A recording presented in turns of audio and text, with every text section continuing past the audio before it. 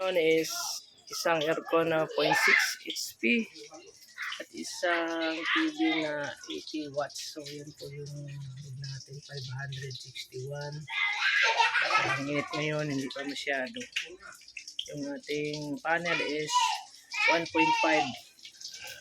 kilowatts, so 1,500 watts. So yun tayo. Malapit na po ma-slow charging.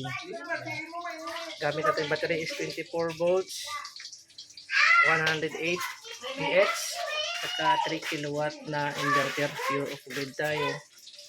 So dito makikita natin sa monitor na naka-inverter. So hindi po naglipat sa diyo.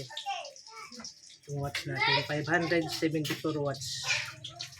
So ito po yung mga load natin dito. TV, electric fan, at ayan. So naka-aircon tayo. So libre yung aircon natin ngayon hanggang maghapon kasi mainit.